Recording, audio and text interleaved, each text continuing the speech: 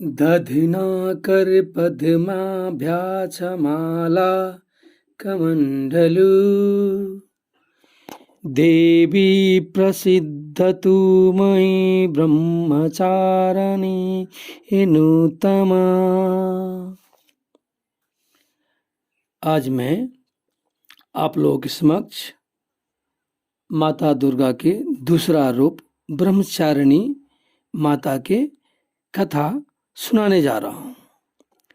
नवरात्रि के पहला दिन माँ दुर्गा की नव शक्ति के पहला स्वरूप माता शैलपुत्री के नाम पूजा की जाती है। तो दूसरा दिन दूसरा स्वरूप ब्रह्मचारिणी के नाम से पूजा की जाती है। आज मैं आप लोगों को माता दुर्गा के दूसरा स्वरूप ब्रह्मचारिणी की कथा सुनाने जा रहा हूँ। ब्रह्म का अर्थ तपस्या है, तो माँ दुर्गा यह स्वरूप भक्तों और सिद्धों को अनंत फल देने वाला व्रत तथा पूजा और उपवास है। इनकी उपासना से तप, त्याग, वैराग्य, सदाचार और संयम की वृद्धि होती है। ब्रह्मचारिणी शब्द दो अक्षर से बना है, ब्रह्म और चारिणी। ब्रह्म का अर्थ तप अर्थात तपस्या है, तो चारिणी का अर्थ आचरण करने वाली होता है। देवी का यह स्वरूप पूर्ण ज्योतिर्मय और अनंत भव्य है। इस देवी के दाएं हाथ में जप की माला है, तो बाएं हाथ में कमंडल धारण की हुई है। पूर्व जन्म में इस देवी ने हिमालय अर्थात पर्वतराज हिमालय के घर में पुत्री के रूप में जन्म ली हुई थी। तब नारद मुनि के उपदेशानुसार भगवान शंकर को पति के रूप में प्राप्त करने के लिए घोर तपस्या की थी। इस कठिन तपस्या के कारण इन्हें तपश्चारिणी अर्थात ब्रह्मचारिणी नाम से अभिहित किया गया। 1000 वर्ष तक इन्होंने केवल फल फूल खाकर बिताए, तो 100 वर्ष तक केवल जमीन पर रहकर साग पर अपना जीवन निर्वाह किए।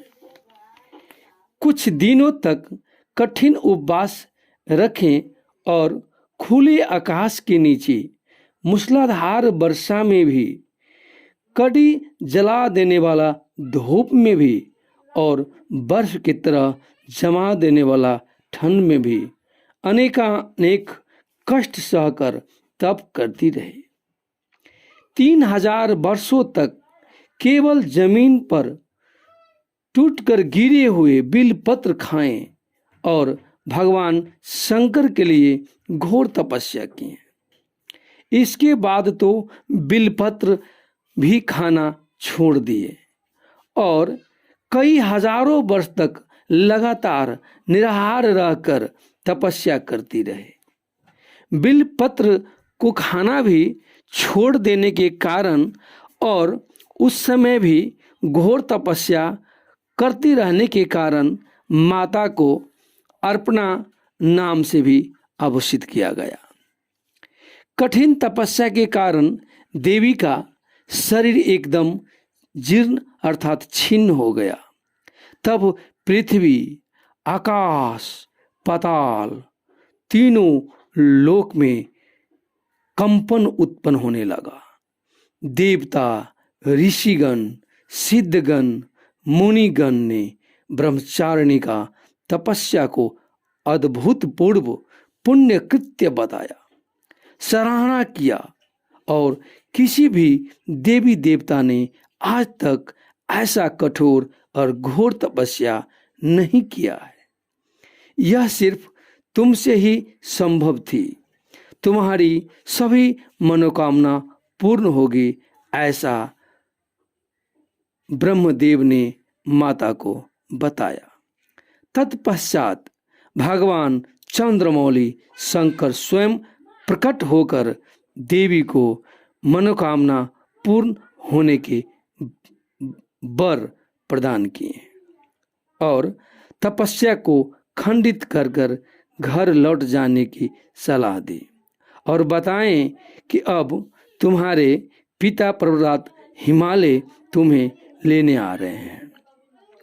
पर्वतराज हिमालय ने देवी को अपने दरबार में ले गए और कुछ दिन पश्चात माता को भगवान शंकर से विवाह हुआ और इस देवी ने भगवान शंकर को पति के रूप में प्राप्त किए।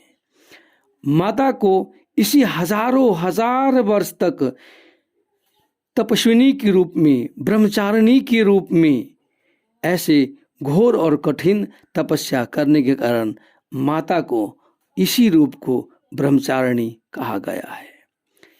इस ब्रह्मचारिणी माता को पूजा करने की एक ही सार है कि जो व्यक्ति माता ब्रह्मचारिणी को पूजा करता है, कठिन से कठिन व्रत करता है, उपवास करता है और जो अपने जीवन में कभी भी किसी भी अवस्था में हार नहीं मानता, सदैव अपने कर्म प्रति तत्पर और विश्वास रखता है, वो अपने जीवन में संपूर्ण सुख ऐश्वर्य भोग कर अंततः वो स्वर्गलोक को, ब्रह्मलोक को प्राप्त करता है।